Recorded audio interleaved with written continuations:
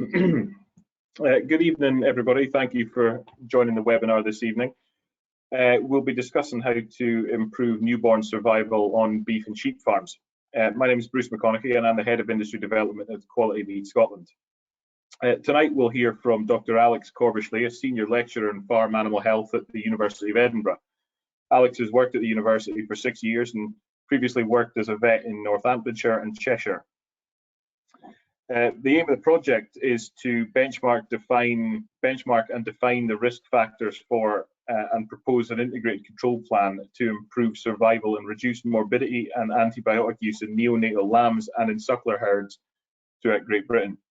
The project is supported by the 3 levy boards, QMS, HCC and AHDB, who lead on it, and it's funded via the Ring Fence Fund, which is a 3-way support fund contributed to by the levy boards.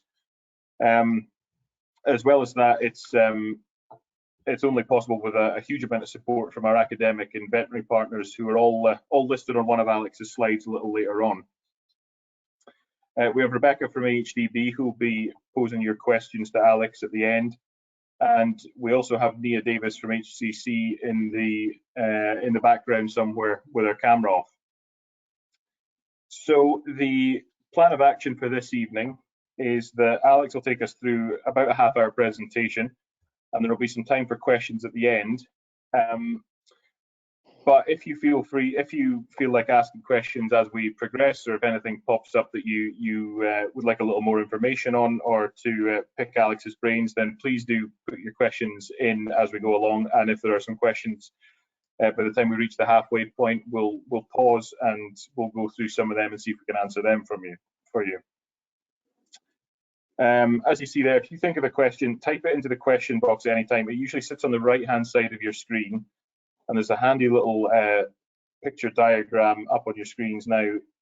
If you can't see that box, you need to click the small orange arrow to open up the box, and then click the questions drop down, and you'll see where you can type the questions in.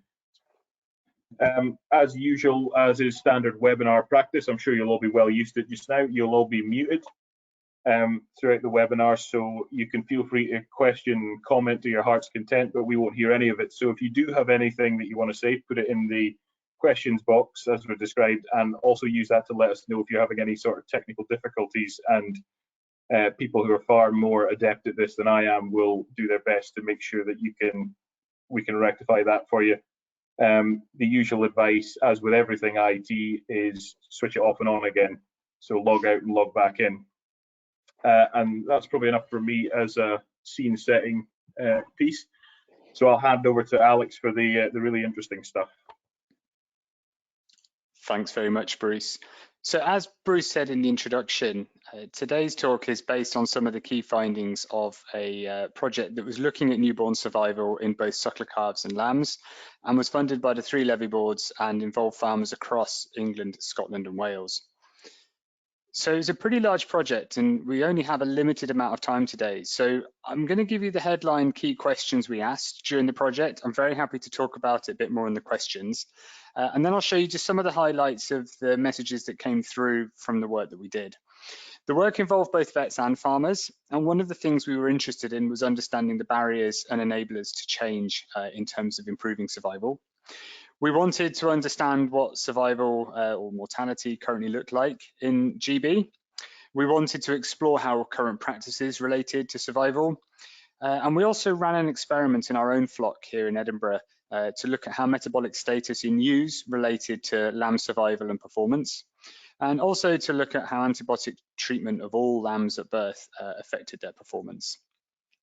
There's another project that was funded by AHDB and the University of Edinburgh before this one started, where we've also brought some of the findings into this talk, where we were looking at the risk factors for things like assisted calvings and poor colostrum antibody absorption in suckler calves, and the 2 projects overlap quite a lot. So there was a big social sciences component that looked at interviewing farmers and vets, and we haven't really got a lot of time to go into that one today, that part of the project. But there was one sort of quote that came out of the interviews that I thought really summed up the whole subject for us. And that was this. This was from one of the farmers that was interviewed.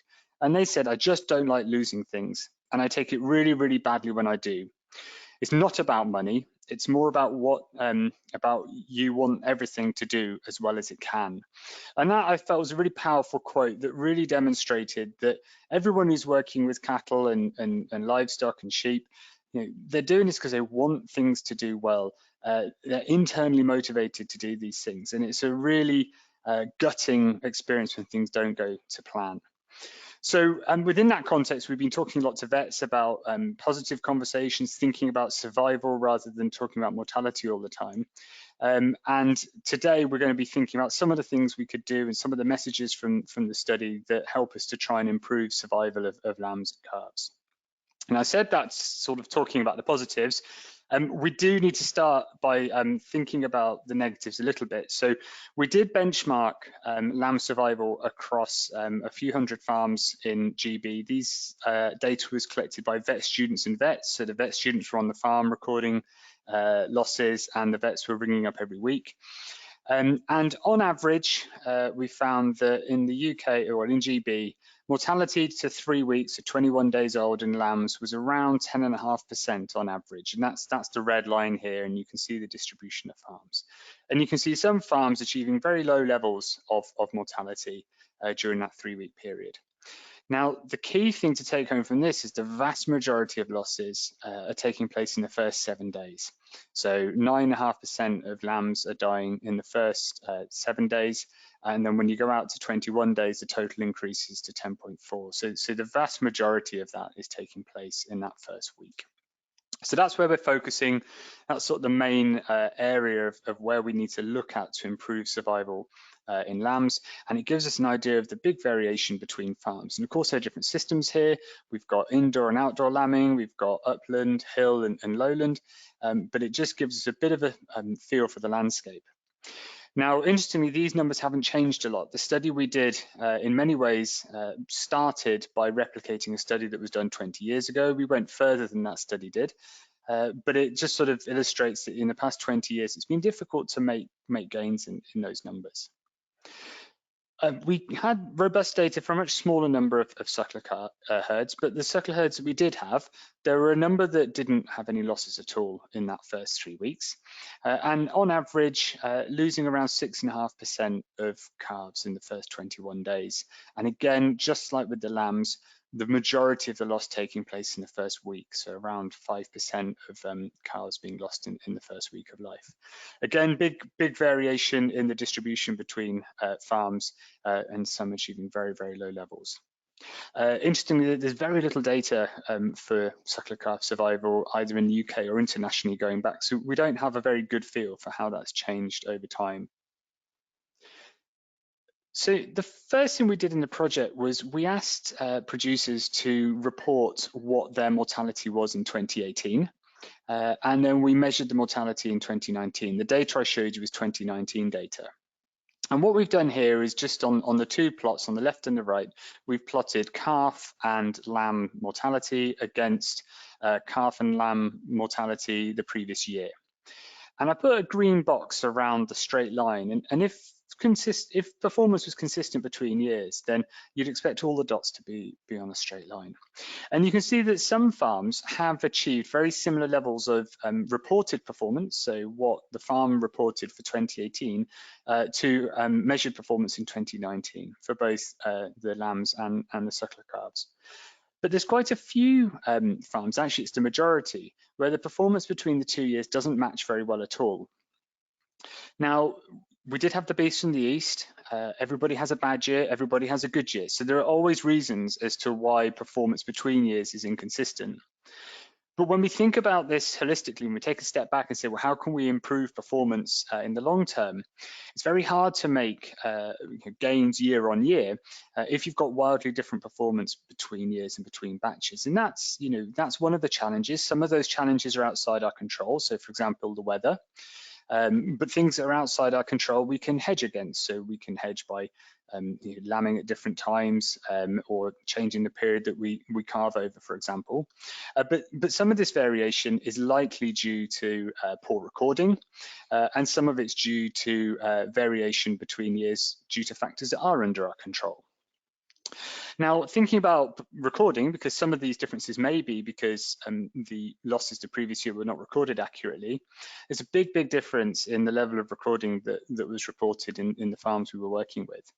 So around 2 in 3 of the beef farms and around 1 in 4 of the sheep farms were using some paper records. As you'd expect, a smaller proportion using computer records. But 2 in 3 of the sheep farms that gave us data for 2018 were giving us their best guess from memory. And actually nearly 40%, so more than 1 in 3 of the flocks had no data recording at all in terms of lamb survival. So in terms of moving towards consistency in performance and therefore getting to the point where we can start making gains year on year, the lack of data is a big barrier, and that's one of the things we explored in the social sciences part of the project. And one of the big messages was trying to focus on important metrics, meaningful metrics, and positive conversations around survival and thinking about what we can do to improve survival. So in that vein, I've split the talk up into 2 halves, one bit focusing on lambs and one bit focusing on calves. And as Bruce said, there'll be a wee pause in the middle where we can mop up any questions that have come in during the talk so that we don't end up with all the questions right at the end. So I've broken up the next few slides into sort of 4 key areas, thinking about management practices and anything that came out of our study. A big chunk on metabolic status, because there were some interesting results from the work we did with our flock. Really focusing down on colostrum and the importance of colostrum, and then sort of summarizing the findings that we had from the antibiotic work that we did in our flock. So what was really interesting on the lamb survival side of things is we asked farmers loads of questions about what you do. Do you muck out your lambing pens between every sheep? Do you put line down? Do you wear gloves when you lamb sheep? Do you metabolic profile animals? Do you feed supplements? We asked them a big broad range of questions. And there was no strong association with any single management practice in lamb survival. Now, that doesn't mean they're not important. What that's telling us is that moving towards improving lamb survival isn't going to be solved with 2 or 3 major things. We can't come up with a 5-point plan, as it were, to improve survival. So this is not like mastitis control in dairy cows. It's not like foot rot control in sheep. There are lots of little things that have to change to move towards improvements in lamb survival. There's no 5-point plan. What I think were really good messages for the industry, though, and really important things for us to recognise, is that when we looked at lamb mortality, we didn't find any association with farm size, and we didn't find any association with staff number to breeding females, so the ratio of the staff to females. And that was true for the sucklers as well. It's just we had far more sheep flocks, so we can say it with more confidence. And I think that tells us a couple of really good news messages here, is that it's not about necessarily the amount of labour. Obviously, there's a limit where you get overwhelmed, but it's about the quality of supervision, the quality of stockmanship. And we all know that, but it was interesting to see that and important to see that in the data. The other thing was, as farms got bigger, we didn't see an increase in mortality. So we had small flocks with high levels of survival, and we had large flocks with high levels of survival, and we had the converse as well. But that means we can get more efficient in terms of size and in terms of labour utilisation without becoming more wasteful in terms of lamb survival, poor animal health and welfare. So with good systems, even at scale, you can achieve comparable results to smaller systems and to systems where there's a higher level of labour input. And I think that's a really good news story for the industry. Obviously, we're constantly under scrutiny, and the public are concerned about factory farming and larger farms. And actually, this data shows that you can achieve comparable results at scale as when you're smaller. So those are positive messages, even though we didn't pin a single thing or 4 or 5 things that would improve survival. Now, as you'd also expect, mortality was more variable in outdoor lambing flocks. So this is the distribution of mortality during the time that our students were on the farms. And we can see that the outdoor flocks had a much bigger range of mortality. And you'd expect that given the influence of weather exposure, hypothermia, and things like starvation and predation on outdoor lambing flocks. The mixed flocks here, just in case any of you were wondering, these are the ones that had ewes and lambs outside during the day and were bringing them inside at night time. So just thinking about the project we did with our flock, we wanted to look at how ewe nutrition how lamb colostrum supply and how antibiotic treatment at birth impacted on the sort of life outcomes up to weaning of lambs. So which of these things really impact on whether we end up with a nice lamb looking like this or a really sickly looking lamb like that? Now, the study was run by myself and a chap called Rob Kelly, who's one of our vets there, modelling himself excellently there, blood sampling a baby lamb. And our flock is a March and April lambing lowland flock. It's about 250 ewes.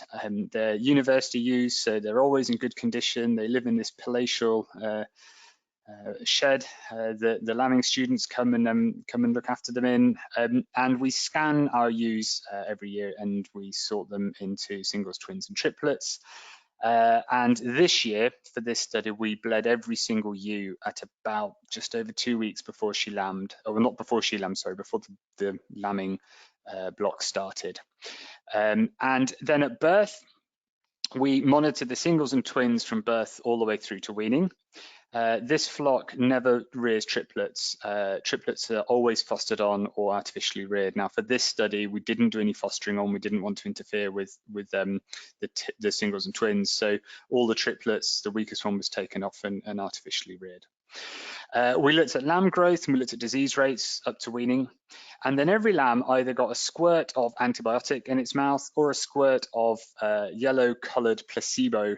We got a few rude comments from our stockman when we told him he had to flip a coin before treating each lamb, but the lambs were completely randomised to either getting antibiotic or control, and we didn't know what they got, the stockman didn't know what they got, and actually we never unblinded the results, so it was done completely blind.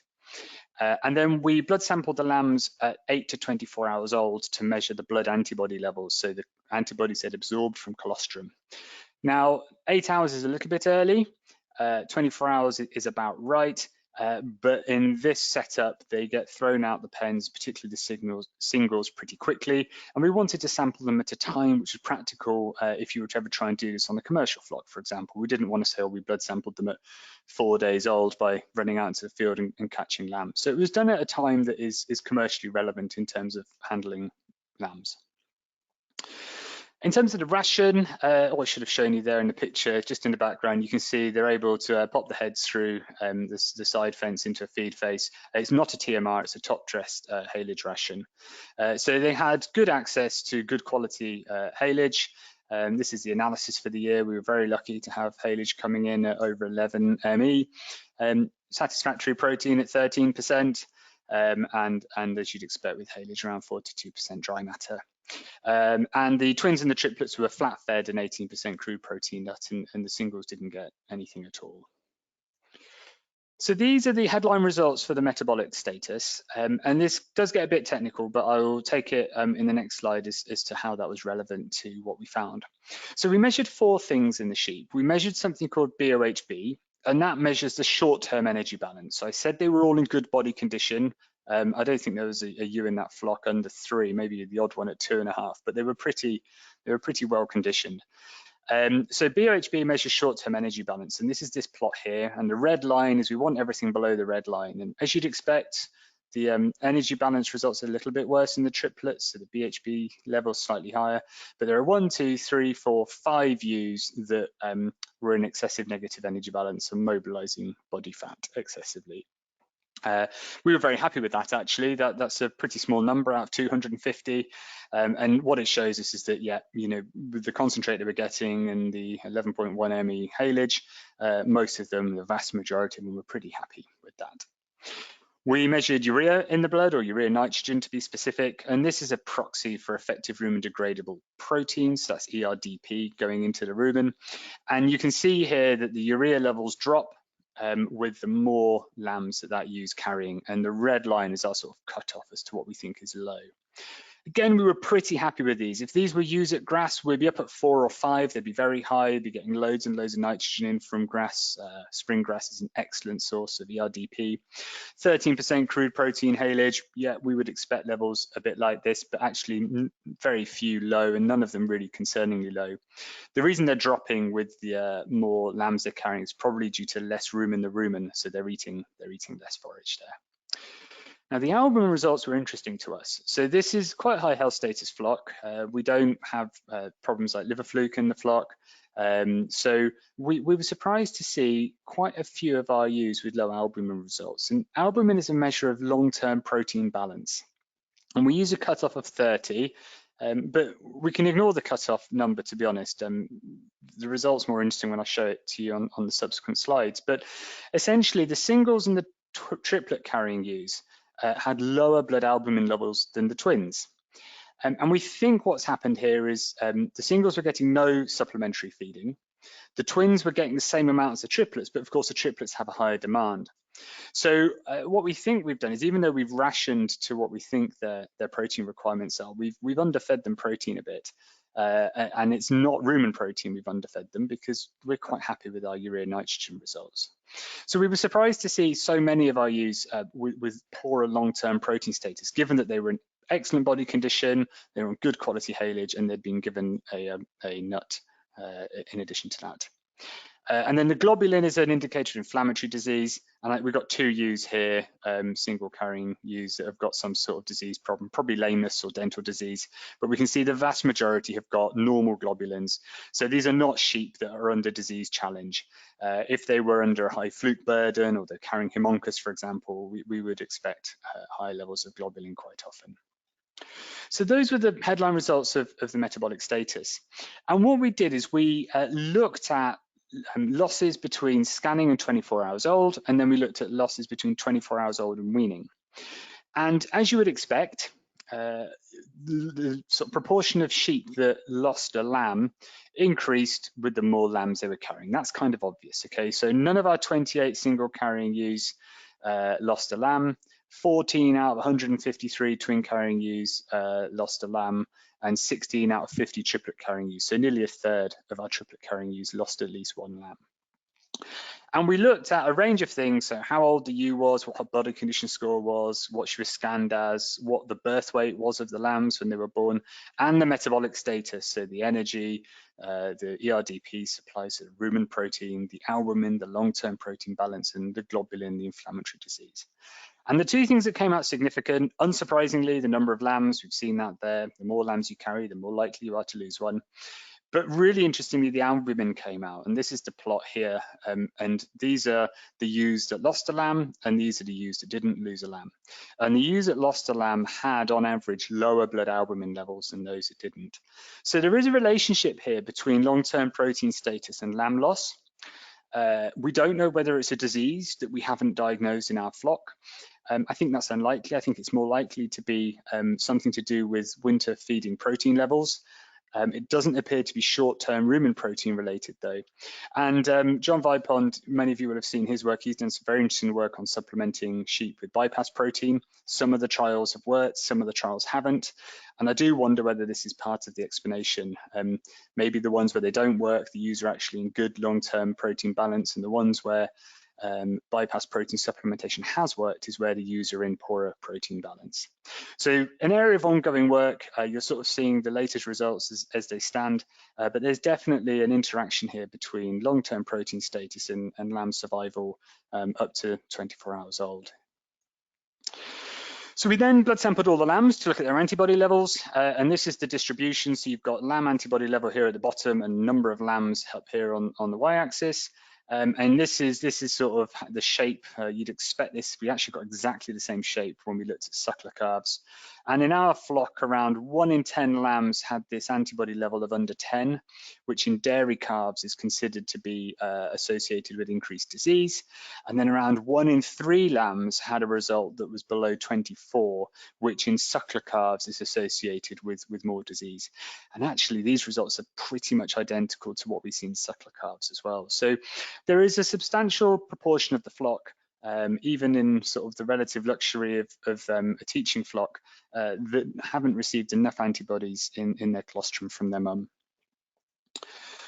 Now, we found that in our study that being supplemented with colostrum didn't always sort the lambs out, didn't get their blood levels to where they needed to be. And there's a number of reasons why that might be. They might have not been given enough colostrum, they might not have been given it fast enough, or they might have been given poorer quality colostrum. And during the study where we were looking at management practices, we did ask how much colostrum folk give to lambs. And the recommended amount is 50 mils per kilo. So for a 4 or 5 kilo lamb, you'd expect to be sort of in this region here. And the vast majority of flocks are reporting feeding substantially less than the recommended amount of colostrum to lambs. So it's just a key message here is thinking about the risk of poor colostrum transfer. Antibodies from colostrum are absolutely key to that early life chance for that lamb. And a lot of us are actually not giving enough, probably in our own flock as well. So we wanted to look at what factors influence antibody levels in the lambs. Okay, so what was it that determined whether that lamb didn't absorb enough? And this doesn't tell us whether it's because the ewe didn't produce enough colostrum. It doesn't tell us whether the colostrum was poor. It doesn't tell us whether it was a weak lamb that didn't suck until it was 12 hours old. All it tells us is the lamb didn't have enough antibodies in its blood.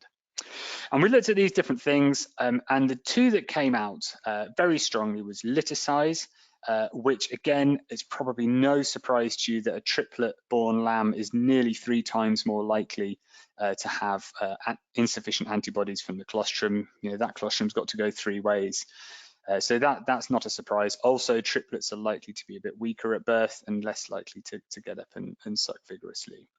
The one that was really quite striking for us though, remember we only had 5 ewes with the poor energy balance, the elevated BHBs, and actually even though we had a small number of ewes with quite elevated BHBs, it came out as a really strong predictor of whether lambs had insufficient antibody absorption.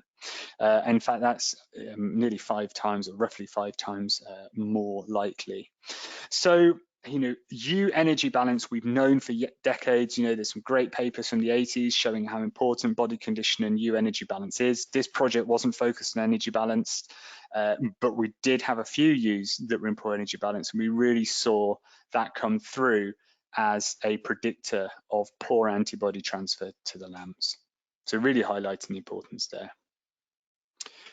So what sort of things can impact ewe energy balance? Well, of course, nutrition can, and there's loads of there's loads of work and there's loads of advice out there on nutrition and rationing ewes appropriately, but also diseases can. And I just thought I'd throw this slide up. It was sent to us by a vet in practice. We do metabolic profiling up in Edinburgh, and they sent us 20 blood samples from sheep in the same field. These were twin-bearing Suffolk cross Texel ewes. They had ad lib silage as well as being at pasture, and they were given a pound of 18% crude protein nut. They also had some energy and oil tubs out. And on the bit of paper the vet sent us, they marked down which ewes were lame and which ones were not lame. And we did our normal profile, so these are all the things we looked at, and we'll just focus on the BHBs today. But this is the negative energy balance indicator. And this is the average for the group, okay? So the group of not lame sheep had an average of 0.73, which we would consider to be acceptable. Okay, there's 3 ewes with elevated levels, but they're not extreme. The lame ewes had an average of 1.6, so more than double. And the cutoff we use is 1.1, and a group average of over 1.1 we would consider to be a problem. And we've got some pretty extreme results here. We've got a sheep here well over 3, one approaching 3 here. These are sheep that are on the verge of twin lamb disease. So yes, diet has a big importance on energy balance, of course it does, but also diseases, things like lameness, are of course going to impact on intakes, and we really see it here coming through. And remember the slide I've just showed you where we looked at antibody levels in the lambs and prospects and survival for the lambs as well. So diseases as well as rationing will be impacting on these things. We then looked at the factors influencing performance of the lambs from 24 hours old. Now, luckily for the lambs and the stockmen, but not so luckily for us, lamb mortality was particularly good this year, so it was down at 4.1%. That's a bit lower than we were expecting, and fewer than 3% of the lambs actually needed any treatment for anything at all. So we didn't find any association with anything with lamb death or treatment, but then probably not surprising given how good a year it was. We did look at growth rate, and this is the distribution of growth rates. This is daily live weight gain to weaning, and the mean for the flock was 0.3 kilos a day. And the top third were doing 350 grams per day on average. So the top third lambs, their average was this green dotted line. Now the bottom third were averaging 260 grams a day. So this is the red dotted line. So we were interested to say, what's what determines whether a lamb is below this red line, so under 260 grams a day, when our flock is averaging 300? And not really to our surprise, but really powerful coming through there, poor colostrum antibody absorption was associated with being one of these poor growing lambs. And it's a nearly 5-fold increased chance of being one of these poor performers if you haven't had enough antibody. So we can draw a straight line here from ewe energy balance, from ewe diseases, straight through to lamb antibody uptake and then subsequent lamb performance. And again, we looked at oral antibiotics and the impact on treatment and growth rates, and there was absolutely no impact on oral antibiotic treatment at all on anything that we looked at in the flock. Now, this is a flock with watery mouth. It does have problems with watery mouth, not so much this year, low levels this year at 4.1% of overall mortality, and some of that would have been watery mouth mortality. But what it illustrates is that you can achieve performance, excellent performance without oral antibiotics, and also using oral antibiotics doesn't give you any kind of growth rate advantage, over and above not having had them. And that was completely randomized. We didn't even know which group of lambs had had the antibiotics or not when we did the analysis. So if you do have some questions, if you make sure Rebecca's got them now, because we'll have a pause after this slide. I've just tried to sum up a few messages. Of course, there are loads of things we can do, and in the plan we've sort of pulled together based on this project, it's about 60 or 70 different things you could do around lambing time, and that really needs to be tailored to the flock. But some of the messages I think that have come out of the work we've done recently, reinforcing messages, of course, that we've heard from the industry over the recent years. But what could you do tomorrow morning after this webinar? Well, you could definitely make sure you've analysed your forage and making sure you're tailoring the energy and protein supplementation to your use based on forage quality. I would definitely recommend not trying to feed twin and triplet carrying ewes forages that are under 10 megajoules of ME. Intake's really important. You saw the impact there of having 3 lambs in the abdomen on the ERDP intakes of those ewes, so ensuring sort of a minimum feed space of 15 centimetres per ewe if they're getting ad-lib access to their forages. We talked about diseases here and the impact potentially for things like liver fluke on albumins. So making sure you're taking some fecal samples for worm egg counts if things like fluke or haemoncus are possibilities in your flock. And then making sure that other diseases such as lameness in particular are well controlled. Fast forwarding, some of you will be lambing now, although if you're lambing now, you're probably not in this webinar right now, but some of you are due to start lambing very shortly. Some of you maybe not until a bit later. Things to consider, maybe doing some metabolic profiling 3 weeks before lambing to see what the energy and protein status of your use is like. Moving towards avoiding routine antibiotic use. Now, talk to your vet about doing this, because if there is a problem on the farm, then simply pulling the antibiotics is quite a high risk strategy. What you want to look at are the risk factors on the farm. Can you address those? Can you start to move towards targeted use? So maybe just focusing on triplets or weak twins initially, building up the confidence in that you've addressed the risk factors and working towards removing antibiotics entirely. Really focus on things like yard and pen hygiene. We'll look at the cattle data in a minute, but not waiting until things look visibly soiled before bedding down. There's some really interesting data that's come forward on the sucklers on that. And then in terms of colostrum, we saw that survey data, we saw the data from our own lambs in our flock. Any weak or hungry lambs, or anything you've lambed, because anything you've lambed will be weaker. Making sure that it's getting supplemented with 50 mils per kilo. So that's 250 mils for a 5 kilo lamb of used colostrum as soon as possible after birth, and certainly within 6 hours. So I was going to take a pause there, Rebecca. You've turned your camera on, so it looks like you've had a few questions. Yeah, we've got a couple of questions so far, so I'll just get on with them. So the first question was based around the mortality figures. So are the mortality figures based on lambs born alive? So yes, so all of the data we collected with the vet students and the lambing students, sorry, with the vet students and the vets were based on lambs born alive. So we took down daily sheets, and we actually took down all the lambs that were born and then how many were lost after that point. Great, thank you. How do you know how much colostrum they've had? Well, you don't, do you, in terms of actual volumes? So In terms of weak lambs, it's about identifying them early so you can give them all the colostrum that they need early. For ones that have sucked, you don't know. It's very hard to predict. But if you don't think they've had enough, topping them up is certainly a good idea. Obviously, lambs that are hungry, but what we're learning more and more from the guys that have done the behavioural work is actually you can spot the lambs and the calves. We'll get onto calves later, but you can spot the ones that are weak, that are unlikely to get up and be sucking within an hour or two, and you really need to be targeting those so that they get the full amount as quickly as possible. Trying to estimate what a lamb has sucked at 3 or 4 hours is really, really hard. Okay, great. Were the lambs in the lowest third for growth those with lowest birth weights, or was there no association between birth weight and subsequent growth rates? Really good question, really good question. So Rob looked at that and it really surprised me. There was no association between birth weight and subsequent birth weight. Some lambs were born small and grew like stink. Some lambs were born small and stayed small, and the corollary was true of the larger lambs. Great. What do you do if your forage is under 10 megajoules of ME? It's a real challenge for twins and triplets. If you can get forage in that's better and target it towards particularly the triplets, then doing that now, if you can do it, is certainly recommended. If it's under that, you're really looking at feeding high levels of concentrate, probably feeding 3 times a day to safely get enough in. And if things are getting really desperate, you may be looking at pouring molasses onto your forages as well. Definitely want to talk through with your veterinary nutritionist. Great, thank you. Questions are pouring in now, so I'll just get to a couple more and then we might have to pick them up at the end. Okay. So, when using artificial colostrum for lambs, how can you tell if it's going to be good enough quality?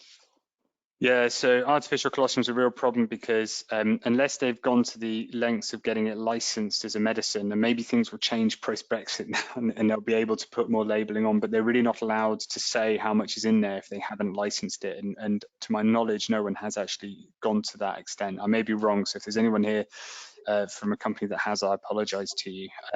But to my knowledge, they're not allowed to publish what's in there. The vast majority of replacers don't contain enough in 1 sachet for a lamb. So the message is, if you can get extra colostrum off milky ewes, particularly ones with a single, and store it down, freeze it on the farm, that is by far preferable. If you're using replacers, be aware that single sachet doesn't give a lamb everything it needs. So if you can get it, whatever used colostrum you can, that is preferable. Great, I'll just go for one more. So with triplets, would it be better to take away the strongest lamb? That's a good question, isn't it? So I think I need to have a wee ponder on that one, because yeah, we've in our flock, we've always taken away the weakest one because it's always either been artificially reared or fostered on. But it is a fair point. If you want one that's going to have a decent chance when it's being fostered, maybe the strongest one is the better one. I guess the flip side of that, it is a higher risk strategy if a strong lamb doesn't adopt on well. I don't know. Maybe we'll get a few thoughts on that during the talk, and some folk might come up with some other ideas. Really good question, not one I'd really thought about. Okay. I think we're okay to move on just now then. Okay. Thank you. Grand. Okay, well, we'll move on to the suckler calves then. So similar sort of theme, thinking about nutrition and body condition, management of cows before calving, monitoring cows around the time of calving, and then really back onto that colostrum message again.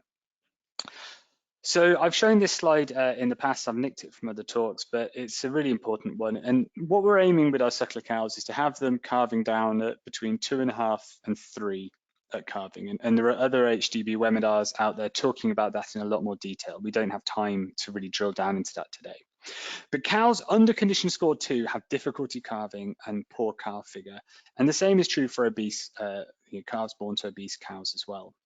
The key thing here, though, is do not try to change body condition in the last month of pregnancy. In the last month of pregnancy, we need cows to be meeting their current energy and protein requirements.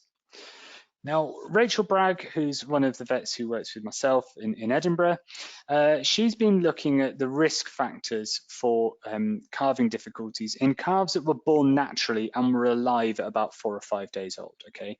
So she's not looking at calves that have had a cesarean, she's not looking at calves that died within the first couple of days of life. But what was really striking in her data was if we look at the proportion of calves that needed assistance at birth, those born to thin cows, so 1.5 or 2, particularly the ones at 1.5, were substantially more likely to need some help. So 3/4 of calves born to thin cows needed assistance if they were body condition score 1.5, and over 1/4 of calves born to cows that were in body condition score 2 needed some assistance. And you can see that that reduces down to sort of cows that are between sort of 2.5 to 3. There is a health warning with this. Please don't read too much into the fat cows. There were very, very few fat cows in this study. There were no obese cows. Well, 4.5 is obese, but I think there were about 4 cows in this group, and there were no 5 out of 5 cows. So this study does not rule out being obese as a problem at calving time, and some of those calves will have died, some of those calves will have needed cesareans. So please don't read too much into this side. But this is a really powerful message. Cows that were too thin were at a substantially increased risk of needing help at calving time. So it's not just fat cows, it's also thin cows that are at risk of calving difficulties. So thinking about nutrition, we need to be focusing on meeting cows' current needs at calving, okay? It depends on the size of the cow, but we're looking at around 90 to 100 megajoules probably. The protein, current advice, if you pick up most handbooks, is talking about a 9% crude protein level. In our experience, we think that's an absolute minimum. Some herds can get sufficient protein into cows at 9% crude protein if the intakes are very good. Many struggle and need to be targeting 10 to 11% crude protein. This really hangs on intakes. In terms of minerals, we see lots of weird things with suckler cow minerals, and really they need to be getting fed between 100 to 150 grams of a suckler cow, sorry, I said dry cow, dry suckler cow, not necessarily a dairy mineral. And the reason for that is they're higher in magnesium and they're lower in calcium. I'm not here advocating we feed dry suckler cows 0% calcium minerals like in some dairy herds, but generally making sure that the mag's a bit higher and the calcium's a bit lower is important to helping to avoid slow calvings and also clinical staggers as well. And then after that, once you've got these basics lined up, it's all about intake. So is the forage fresh and palatable? Can we avoid group and ration changes? I'll show you some data about group changes in a minute, and avoiding overcrowding to make sure the intakes are kept where they need to be. And you can feed suckler cows on pretty average quality forages all the way through. They don't necessarily have to be supplemented with additional feeds, provided you're able to meet these baselines with your forages. So this slide looks at some of the things that came out of our survey, and we asked the farmers that completed the survey whether they moved their cows around calving time, and some didn't tell us anything. They just didn't answer the question. But the herds that reported moving cows before calving, it didn't say exactly when, but it's sort of in the sort of week before calving, reported higher levels of mortality than the herds that reported moving the cow and calf after calving. Now that was really powerful for us because we put that question in after reading some Canadian research which showed that actually moving animals in the run up to calving increased mortality. And there's been similar work in dairy showing that group changes in the run up to calving also affects calf survival in dairy herds. So we don't know what it is. We don't know whether it's feed intakes. We don't know whether it's just disruption and stress on the animal. We don't know, but we do know that moving cows in that last few days prior to calving does increase the risk of losing a calf. The other thing we asked, and I mentioned this in passing in the sheep part of the talk, was we asked when they were bedding down. A load of people didn't answer the question. But the 3 questions that we did get answered well was whether they bedded daily, weekly, or when the cows looked dirty. And again, the herds that reported bedding down when the cows looked dirty had substantially higher mortality rates than those that were bedding down on a regular basis. Now, you could say maybe those were just unlucky farms, or maybe they were farms that had other poor management practices. But interestingly, this is a really important thing when you look at mastitis risk in dairy cows. Again, cows that are allowed to get visibly dirty or where the bedding is visibly dirty are at massively increased risk of mastitis. Therefore, it's not surprising that you're going to see a similar trend in calves where the hygiene of that calving environment is so important. So the key message here is have a regular bedding regime that keeps the animals looking clean all the time, rather than waiting until they look dirty before bedding them down. So Rachel's work looked at other risk factors associated with calving. These will not surprise you. They've all been reported before, and anyone who's been in a herd for more than about 6 months will recognize these. So, you know, being born a twin, you're much more likely to need calving. That's sort of nearly 40% of calves that were twins. Being born to a heifer, again, nearly 40% of calves born to heifers needed some help. And being male, okay, they're generally a bit bigger, aren't they? So some of these things you can do something about. Obviously, most herds don't know whether they've got male or female calves on board. That's a pretty sharp shooting scanner if you're getting them sexed at scanning. However, most all will know whether it's a heifer or a cow, and a reasonable proportion now will know whether they've got cows with twins on board because they've been scanning at that sort of 50-60 day time where you can spot twins quite easily. So fast forwarding now to the calves being born, we have also looked at the risk factors for poor colostrum antibody absorption. Again, being a twin comes through really strongly. Again, your mum being a heifer comes through really strongly. Having a difficult calving, you know, probably, you know, being a twin or being a heifer is you're more likely to have a difficult calving. So these are probably all related. And then if you've been given help by the stock team, you know, to find the teat, if you've been fed dams colostrum with a bottle or a tube, or if you've been fed artificial colostrum, are all risk factors as well. And what this tells us is that we're really good at spotting calves that need help. You know, the fact that calves that have had help are at risk of not having had enough antibodies says that the ones that need help are being identified, but they're not getting that help either early enough or they're not getting enough of that help. And again, we asked the same question that we asked the sheep guys. We asked the same in terms of colostrum supply to calves. The current recommendation is 10% of body weight, which for most of the calves in our study is around 4 kilos, 4 litres of colostrum for a 40 kilo calf. We weighed, I think it was 1,000 calves across 83 farms in 2018, and you know, very few had an average calf weight of under 40 kilos. And most herds we were talking to were reporting feeding volumes of under 3, and with 2 being the commonest amount. So it's maybe not surprising that having help with colostrum was a risk factor for not having enough antibodies, because we're not giving them enough. So practical advice, which calves to supplement, you know, how do we spot them? Well, this was some really nice Canadian work. It's 3 years old now, but it's still a really nice piece of work. And they looked at the proportion of calves that didn't get up and suck on their own within, I think it was 4 hours of calving. So those that had no assistance at calving, that had a strong suck reflex, over 90% of them got up and sucked. Only 8% of them didn't get up and suck within 4 hours. If they had a weak suck reflex, that however jumped to 3/4 of them didn't get up and suck. Those that had an easy assist, 1 in 4 of them didn't get up and suck. So even though they hadn't had a particularly rough time when they were assisted, 1/4 of the calves were not up and sucking. And if they had a weak suck reflex, that was nearly all of them. Those of them that had a rough calving, 2/3 of them never got up in decent time. Half of them, even if they had a strong suck reflex, were not up and sucking within 4 hours. And then 98%, as good as 100% of them, were not up and sucking. So what's the key message from all the work that we've done and looking in the literature? Anything you help to be born, or anything that you look at, and if you put your thumb in its mouth, you're a bit worried about it, and you put your thumb in its mouth and it's not sucking well at 10 minutes old, it needs 3 to 4 litres, so 10% of body weight of colostrum immediately after calving. And you've already caught this cow, you've already calved her.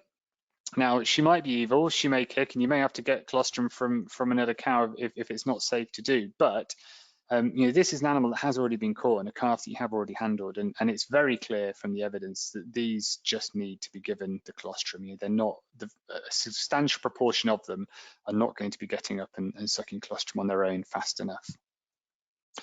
So again, just with the sheep, I've tried to do something similar. Again, of course, there are 60, 70, 80 different things you could all be thinking about right now.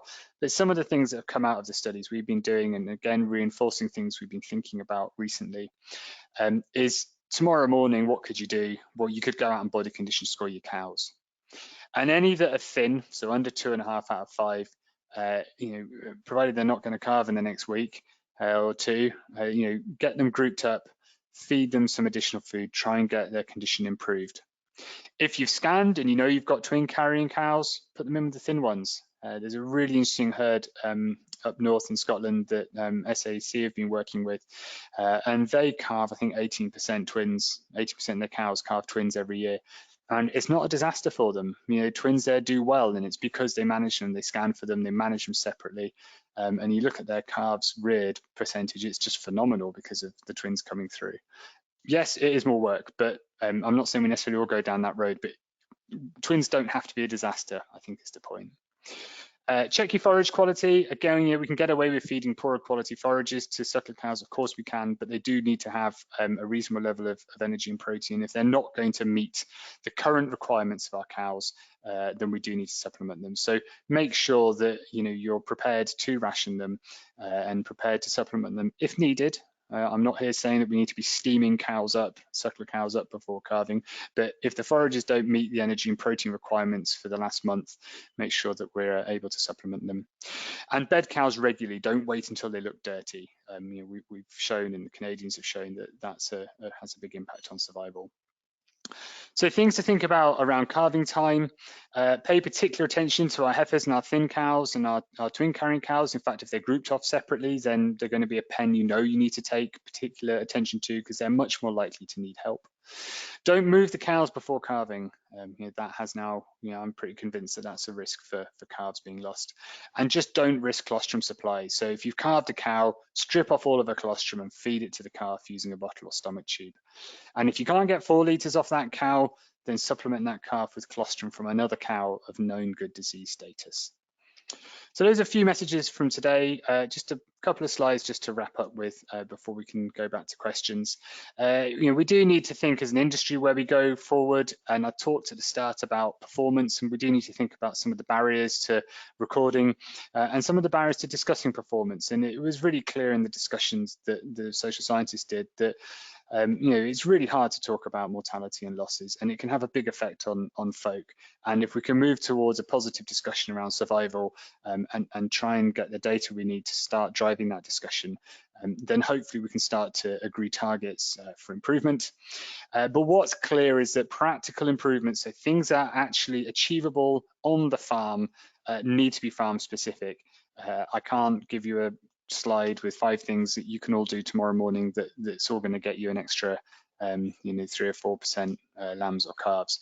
But what we need to do is look at the risk factors on individual farms, so working with your vets, working with your advisors, and then tailoring interventions and potentially targets. In the discussions, a lot of folk that the social scientists talked to really did stress that they felt the targets needed to be specific and achievable to their farm, and tailoring that to the individual needs. So we have a plan for that. This is something we're going to be talking to vets about in the summer, hopefully when we're allowed to meet face-to-face and to start doing face-to-face training and events again.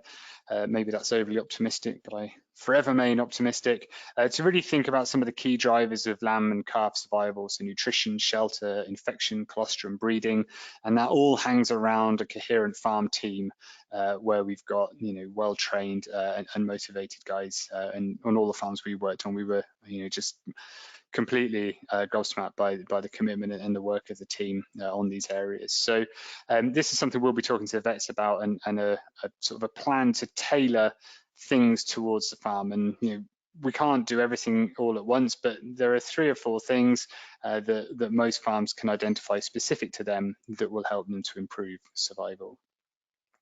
I do need to acknowledge the substantial work that's been done by colleagues, a lot of people at the University of Edinburgh and Liverpool. Emily Gascoigne, in particular down at Synergy Farm Health, has been an absolute star with this project, as well as at University of Nottingham. And this was funded by you guys from across all 3 countries and through the 3 levy boards. I did mention some of the things that came through the social scientists there in terms of how difficult it is dealing with neonatal losses and how we want to focus on positive discussions. But there are obviously times when things get really hard, so there is help out there for folk that need it. And really, I think that's it. Back over to Rebecca for any questions that have come in. Great, thank you. Yeah, there's some good questions coming in. So there's one just looking back to the lambs, if we can. So were the growth rates to weaning, and if so, what age was that? So they were to weaning, and the weaning date was, I think, the last week of July. I can't remember the exact date that it was, Rebecca, but they would have all been slightly different age because you know, they lambed over 4 or 5 weeks. But yeah, it was a fixed date at the end of July. Okay, so what breeds of cows were used in the study? So for example, Limb Cross Blue versus Angus Cross dairies are quite different forms of, in terms of management when maintaining body condition score. Yeah, so we worked with, well, there were 2 different projects actually, but in the project where we were looking at body condition and calving, it was 83 different farms. And I think the one thing we all know about suckler farming is there are probably as many different suckler systems and genetic backgrounds as there are suckler farms. We did divide them up into continental and sort of native breeds. Didn't really see that as a big effect in terms of what we were looking at. I'm going to get into trouble now. The Charolais came out as having harder calving difficulty. I don't think that surprises anybody, but that was the only breed that really came out on that. Yes, managing body condition is of course different depending on the genetic background, but if you're body condition scoring your cows, you can monitor that and you can tailor what you're doing according to that. And I did caveat when we're talking about the energy and protein requirements, yes, that will vary depending on body weight. Unfortunately, unless someone corrects me, I'm not aware of any beef suckler specific energy and protein requirements. If you pick up the nutrition manual, it says a suckler cow is in late pregnancy is considered the same as a dairy cow in late pregnancy. So maybe there's some project work to be done there. But yes, if you're body condition scoring your cows, you can tailor what you're doing around the differences in your genetic background. It's a really good point. Okay, so do you have any information on what leads to poor suckle reflex? Is there any impact from cow nutrition? So there's not a lot of work on that. One of the biggest factors is going to be acidosis. And what I mean by acidosis are calves that have had a slow calving and they've built up acid in the blood because they've been getting low in oxygen. And that's certainly known to be a big impact on suck reflex. And the slower the calving, and if you've had to give it any assistance, the higher the acid levels in the blood and therefore the poorer the suck reflex. So the main driver is going to be you know, stress at calving time, low oxygen levels leading to more acid in the blood. Now, of course, nutrition will interact with that. If you've got your magnesium wrong and you've got a slow calving problem, then you're going to have calves being born that are acidotic. But I'm not aware of a direct relationship from what you feed to the calf itself. Okay, is giving colostrum by tube as effective as feeding it by bottle? Yeah, really good question. I'm going to slightly dodge it in a little way in that bottle feeding is probably better, but if you're busy and you can't get you don't have time to get 4 litres into a calf, then you're better off getting 4 litres in with a tube. So it's more important that it gets the 4 litres regardless of whether you give it by bottle or tube. If you have got the time, then generally folk would prefer the bottle. And there is some evidence that that they will take it up a bit better, but it's more important the volume rather than how it's given. Okay, so is there evidence that that if a cow produces a weak calf 1 year, she'll do so again? i.e., can we select for cows that need limited intervention if managed well?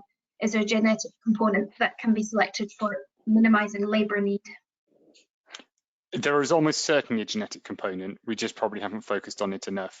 And I think there are probably 2 different parts to that genetic component. I think there's the calving ease, which is obviously a key thing we can select on. And one thing we did find, I didn't present it today, but very small proportion of the folk we worked with were selecting on EBVs at all. So, you know, going for cows with a good indirect calving ease and going for bulls with a good direct calving ease is going to give you more vigorous calves because they've had an easier birth. But calf vigor itself will almost certainly have a genetic component. Okay, why do you think thin cows require more assistance? Really good question. We don't know. we have lots of hypotheses. So some of them will have a disease problem, won't they? Some will be thin because there's something wrong with them. And whatever is wrong with them is probably also meaning that they have difficulties calving. I think also what we call uterine inertia, so basically they get tired very quickly, is almost, you know, certainly part of the picture there as well. So some of the cows will be sick, some of them are probably just weaker and get you know, fatigued faster than the cows that are in appropriate body condition. Okay, we've got a few more questions if you're happy to carry on for 5 minutes, Alex. I'm happy as long as you guys are, that's grand. Yeah, that's fine. So did you treat the navel with anything in the study? I presume this is our sheep study. So yes, we used iodine in our study. For the cattle side of things, then it would have been a big mix of different practices because we were on lots of different farms. Okay. Do calves need access to drinking water as well as milk? Yeah, so I would always have drinking water available. Of course, a newborn calf on the day it's born isn't going to start drinking, but it's, you know, it's a requirement that we give them all, and they will start to explore it. So yes, definitely. Okay. I think we're kind of at the end there. Really, there's a few quite specific questions that we'll maybe come back to people individually if that's okay. So yeah, I think that's us at the end, really. Right. Thank you very much, Rebecca, for keeping us on track and getting all these questions out. I can see they're coming in thick and fast as we progress through that talk there. It's really good. Just before we round up, there will be a feedback form which pops up when you leave the webinar tonight, and it would be really, really appreciated if you could fill it out and give some suggestions for any future webinars you might want to see. So falls to me to do the thank yous. So first and foremost, thank you very much to Alex for that really interesting talk and for your time this evening. Thank you to everybody at home, everybody listening, everybody that's logged on tonight. It's not very nice weather out there, so where else would you rather be? The presentation and the questions have been recorded and will be available on the AHDB Beef and Lamb YouTube channel. And a link will be circulated, I presume, at some point. So thanks again, and have a good evening, everybody. Thanks, everyone. Thanks, Bruce.